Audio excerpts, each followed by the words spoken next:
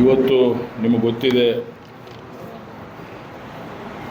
ನಮ್ಮ ಇವತ್ತು ಜೂನ್ 6ರ ಒಳಗಡೆ ಸಚಿವ ನಾಗೇಂದ್ರ ಅವರು ರಾಜೀನಾಮೆ ಕೊಡಲೇಬೇಕು, ಇಲ್ಲವಾದರೆ ರಾಜ್ಯಾದ್ಯಂತ ಉಗ್ರ ಸ್ವರೂಪದ ಹೋರಾಟವನ್ನು ಮಾಡಲಾಗುವುದು. ಪರಿಶಿಷ್ಟ ಪಂಗಡದವರ ಕಲ್ಯಾಣಕ್ಕಾಗಿ ಮೀಸಲಿಟ್ಟ 187 ಕೋಟಿ ರೂಪಾಯಿಗಳು ಲೂಟಿ ಮಾಡುವುದರ ಮೂಲಕ ಕಾಂಗ್ರೆಸ್ ಸರ್ಕಾರ ಸಂಪೂರ್ಣವಾಗಿ ಭ್ರಷ್ಟಾಚಾರದಲ್ಲಿ ಮುಳುಗಿದೆ.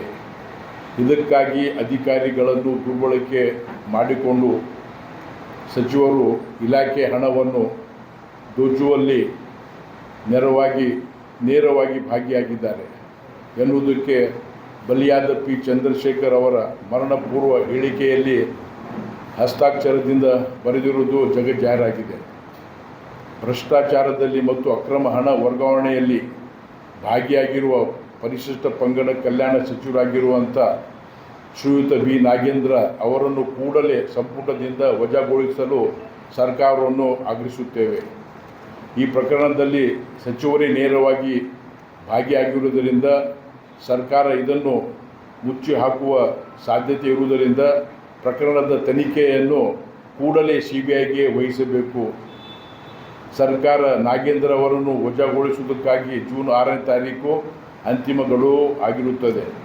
ಜೂನ್ 6ರ ಒಳಗಡೆ ಭ್ರಷ್ಟಾಚಾರದಲ್ಲಿ ಭಾಗಿಯಾಗಿರುವ ಸಚಿವರನ್ನು ಸಂಪುಟದಿಂದ ಕೈ ಬಿಡದಿದ್ದಲ್ಲಿ ರಾಜ್ಯಾದ್ಯಂತ ತೀವ್ರವಾದ ಹೋರಾಟವನ್ನು BJP ಕೈಗೊಳ್ಳುತ್ತದೆ ಮತ್ತು ಭ್ರಷ್ಟಾಚಾರಿಗಳ ರಕ್ಷಣೆ ನಿಂತಿರುವ ಕಾಂಗ್ರೆಸ್ ಸರ್ಕಾರ ವಿರುದ್ಧ ರಾಜ್ಯಾದ್ಯಂತ ತೀವ್ರ ಪ್ರತಿಭಟನೆಗೆ ಇಳಿಯುತ್ತದೆ. ಅದಕ್ಕೆ ನಾವು ನಿಮಗೆ ಗೊತ್ತಿದೆ, ನಮ್ಮ ಭಾರತೀಯ ಜನತಾ ಪಾರ್ಟಿ ಸರ್ಕಾರದಿದ್ದಾಗ ಅನೇಕ ಸುಳ್ಳು ಆರೋಪಗಳು ಮಾಡಿ ಪ್ರಚಾರ ತಗೊಂಡ್ರು ಕಾಂಗ್ರೆಸ್ ಸರ್ಕಾರ.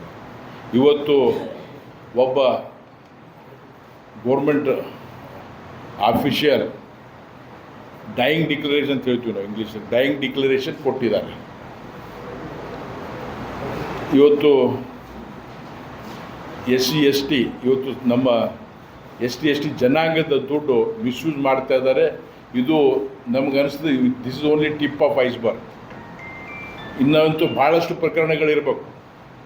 ಇವತ್ತು ಒಬ್ಬನು ಸುಸೈಡ್ ಮಾಡಿಕೊಂಡಿದ ಮೇಲೆ ಈ ಪ್ರಕರಣ ಹೊರಗೆ ಬಂದಿದೆ. ಅದಕ್ಕೆ ಈ ಸರ್ಕಾರ ಕೂಡಲೇ ನಾಗೇಂದ್ರವನ್ನು ವಜಾಗೊಳಿಸ್ಲಿಕ್ಕೆ ನಮ್ಮದು ವಿನಂತಿ ಇದೆ.